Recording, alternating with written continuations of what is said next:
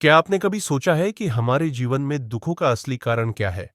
क्यों कुछ लोग कठिनाइयों में भी खुश रहते हैं, जबकि कुछ लोग छोटी-छोटी बातों में भी दुखी हो जाते हैं?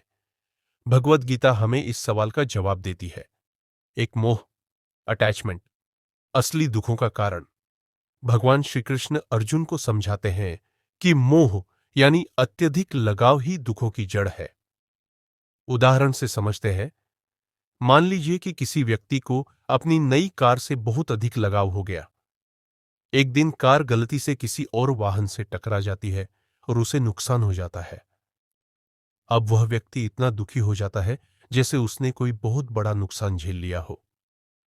विहाय कामान्यः सर्वान् पुमांश्चरति निःस्पृहः निर्ममो निरहंकारः स शान्तिमधिगच्छति। इसका मतलब है कि जो व्यक्ति इच्छाओं और मोह को छोड़ देता है वह सच्ची शांति को प्राप्त करता है। अगर हम किसी चीज से अधिक मोह नहीं रखेंगे तो उसके खो जाने पर हमें दुख भी नहीं होगा। इच्छाओं की अधिकता दुख का दूसरा कारण। भगवत गीता हमें सिखाती है कि इच्छाएं कभी खत्म नहीं होती, बल्कि एक के बाद दूसरी बढ़ती जाती है। उदाहरण से समझते हैं। एक छात्र सोचता है कि अगर वह अच्छे नंबर ले आया तो वह खुश रहेगा, लेकिन जब अच्छे नंबर आ जाते हैं तो वह कहता है, काश मुझे क्लास में टॉप करने का मौका मिलता। फिर वह कहता है, काश मुझे बड़ी नौकरी मिल जाए। जब नौकरी मिल जाती है तो वह कहता है, काश मेरी सैलरी और बढ़ जाए। यानी इच्छाएं कभी खत्म नहीं होती और इंसान हमेशा दुखी बना रहता है। आपूर्यमाणमचल प्रतिष्ठम समुद्रमापः प्रविशन्ति यद्वत् तद्वत् कामाय में प्रविशन्ति सर्वेसु शांतिमाप्नोति न काम कामी। इसका अर्थ है कि जिस प्रकार अनेक नदियां समुद्र में मिलकर भी उसे भर नहीं पाती, उसी तरह इच्छाएं मनुष्य को कभी संतुष्ट नहीं कर सकती। अगर हम इच्छाओं का त्याग कर दें तो हमें सच्चा सुख मिलेगा। कर्मफल की चिंता दुख का तीसरा कारण।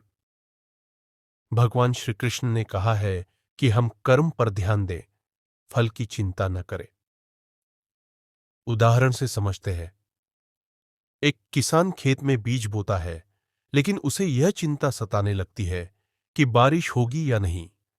अगर वह हर समय चिंता करता रहे तो उसकी मानसिक शांति खत्म हो जाएगी। लेकिन अगर वह मेहनत करके अपने काम पर ध्यान देता है और परिणाम की चिंता छोड़ देता है तो वह शांत रहेगा। कर्मण्येवाधिकारस्ते मा फलेषु कदाचन मां कर्म फल हेतुर्भूर्मा ते संगोस्त्वकर्मणि। तुम्हारा अधिकार केवल कर्म करने में है, लेकिन फल पर नहीं। इसलिए फल की चिंता किए बिना कर्म करो।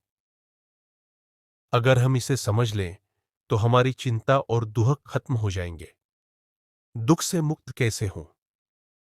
तो अब सवाल उठता है, हम दुख से कैसे मुक्त हों? पहला, मोह का त्याग करें। दूसरा, इच्छाओं को नियंत्रित करें। तीसरा, कर्म तो करें लेकिन फल की चिंता छोड़ दें। चौथा, आत्मज्ञान प्राप्त करें और भगवत गीता के ज्ञान को अपनाएं। अगर हम इन बातों को अपने जीवन में अपनाएं तो हम सच्चे आनंद की प्राप्ति कर सकते हैं।